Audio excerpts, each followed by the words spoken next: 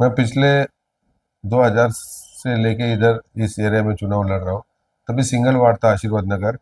उसके बाद में फिर 2007 में चुनाव हुआ। 7 में चुनाव हुआ तभी भी सिंगल वार्ड था आशीर्वाद नगर। फर्स्ट टाइम 2007 में चुन के आया। और उसी के सेकंड टर्म में पैनल सिस्टम आया। और 2012 में पैनल सिस्टम आने के बाद मानसरोवर फेना गांव ये एरिया जुड़ने के बाद ये वार्ड नंबर 22 बन गया। मैं 2012 से वार्ड नंबर 22 को जुड़ा हूँ। मेरे को हर एक सभी जाति धर्म के लोगों का सपोर्ट है और सहयोग है हमेशा। उनका सुख दुख में रहना, उनका जो मूलभूत सुविधा है वो मैं 100% सुविधा 2012 से लेकर 17 तक दिया है। तो अपक्ष का ये भी कहना है कि आप एमएलए के लिए भी खड़े रहते हैं, नगर सेवक के लिए भी खड़े रहते हैं, उसके लिए क्या आप अपक्ष को कहते हैं? देखो, पार्टी की तरफ से एमएलए के लिए 2002 टर्म रुपेश मात्रे एमएलए थे शिवसेना पार्टी से। उसके बाद में रईस शेख चुनाव लड़े, वो जीते। और ये 2022 में चुनाव आ गया तो 24 में उसमें रईस शेख और संतोष शेट्टी साथ में थे। संतोष शेट्टी का चुनाव चिन्ह था धनुष्य शिवसेना, और रईस शेख था। आपस में लड़ने के बाद अभी शिवसेना का उम्मीदवार संतोष शेट्टी थे, शिवसेना का उम्मीदवार मैं नहीं था। आपने जैसा पूछा कि मैं एमएलए की भी लड़ता हूँ, मैं सिर्फ और सिर्फ नगर सेवक का चुनाव लड़ रहा हूँ। मेरे को लोगों की सेवा करनी है, इसके लिए मैं नगर सेवक का चुनाव लड़ रहा हूँ। मेरे को एमएलए बीमेलए में कोई इंटरेस्ट नहीं है। तो जीत के आने का सबसे पहले आपका मुद्दा क्या रहेगा और किस विषय में आप सबसे पहले काम करेंगे भिवंडी के लिए? मैं भिवंडी के लिए तो काउंसिल में बैठ के तो भिवंडी की सोच, भिवंडी की बुनियादी सुविधाएं, भिवंडी स्वच्छ भिवंडी रास्ता, और भिवंडी थाना फ्रीक्वेंसी, बहुत सारी चीज़ें। मैं काउंसिल में जाने के बाद फर्स्ट टाइम जब महासभा लगेगा तो मेरा उसमें एक प्रस्ताव रहेगा कि जैसे नागपुर में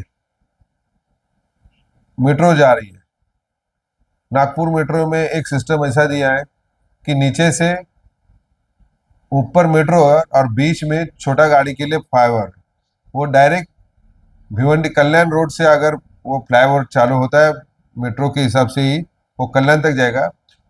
तो जो कहीं कहीं ना कहीं कल्याण भिवंडी रोज का ट्रैफिक जाम होने का जो मसला है वो 100% हल हो जाएगा। मैं कारपोरेशन की तरफ से एमएमआरडी के मार्फत ये जो आगे वाला प्लानिंग है, ये प्लानिंग में इस तरह से करने के लिए गवर्नमेंट को पत्र लिखकर उसकी मंजूरी लेने के लिए भेजूंगा। सबसे पहले मानसरोवर हो गया, कामत हो गया, उनकी महिलाओं की सुरक्षा के लिए आपका क्या अपील है? मैं मेरे मैनिफेस्टो में बताया भी है, तालाब के बाजू में रात को जो बच्चे लोग पीने के लिए बैठते हैं, नशा करने के लिए बैठते हैं, उनका प्रादुर्भाव इतना बड़ा है कि पेट्रोलिंग कर रहे हैं, लेकिन उनको मालूम है कि पुलिस का पेट्रोलिंग खत्म कितने बजे होता है, कभी आता है, क्या राउंड मारते हैं। लेकिन उनको वो मालूम होने के बाद वो आके वही, जब पुलिस नहीं रहेगी वो टाइम में वो लोग, बहुत सारे लोग ऐसे कम नहीं है, बहुत ही मतलब बहुत ही गंदगी। खाली मानसरोवर में तो एस्कॉन मंदिर के पास और ऊपर पहाड़ी जाने वाले इतने नशेड़ी गंजेड़ी लोग आते हैं बियर पीने के लिए। तो उस पे कहीं ना कहीं अगर अंकुश नहीं लगाया गया तो मानसरोवर से लेके फेना तक इसे मतलब अपनी घर की लड़की बाहर नहीं निकल सके।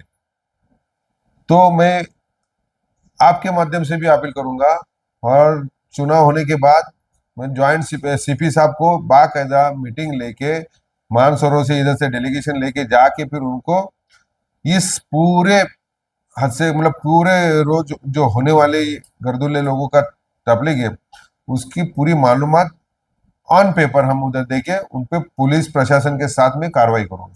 आने वाले 15 तारीख को मतदान है, जनता से क्या अपील करेंगे, किस चिन्ह को वोट दिए और कितने, मतलब आपके पैनल में कितने लोग हैं उसको क्या कहेंगे? मैं आने वाले 15 तारीख हम लोग महायुति गठबंधन से चुनाव लड़ रहे हैं। अभी के मुख्यमंत्री देवा भाऊ और डिप्टी सीएम हमारे गुरुवारिया सिंधे साहब, इनकी महागठबंधन की सरकार है। मैं चाहता हूँ कि हमारे साथ में विठोबा नाइक उनकी पत्नी जो कमल चिन्ह से लड़ रही है, वो मशीन पे में 1 नंबर में, ब में मैं खुद 1 नंबर मशीन नंबर पे हूँ। मेरा चुनाव चिन्ह है धनुष्य बाण, जो कि लाड़की बहन के दाता हमारे देवा बहू और एकनाथ शिंदे साहब, इनका है। हमारा चुनाव चिन्ह है धनुष्यबाण, और क में हमारे श्यामजी अग्रवाल सीनियर नगर सेवक, उनका चुनाव चुनाव चिन्ह है कमल।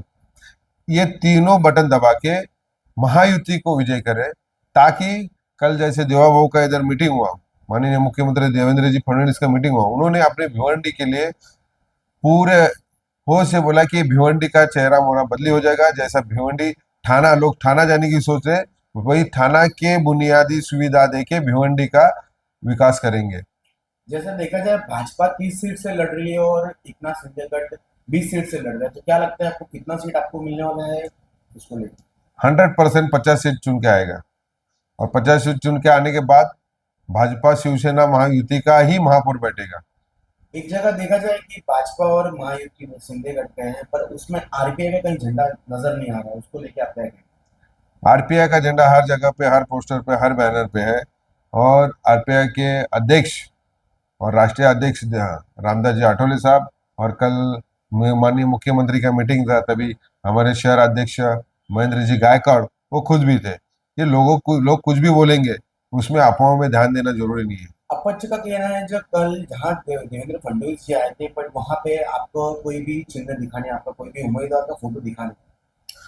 देखो, महायुति का मीटिंग नहीं था, देवेंद्र भाऊ का मीटिंग था, लेकिन आइन टाइम पे हमें महायुति के सभी उम्मीदवार को बुलाया गया, और वहां पे बाकायदा देखो, हम महायुति की तरफ से शिवसेना से हमारे ज्येष्ठ नगर सेवक मनोज जी काटेकर और मैं खुद वहां पे मीटिंग को गए थे। और उसमें माननीय मुख्यमंत्री देवा बहू ने डिक्लेयर किया उनके संभाषण में, सम्माननीय नगर सेवक मनोज काटेकर, कमलाकर पटेल।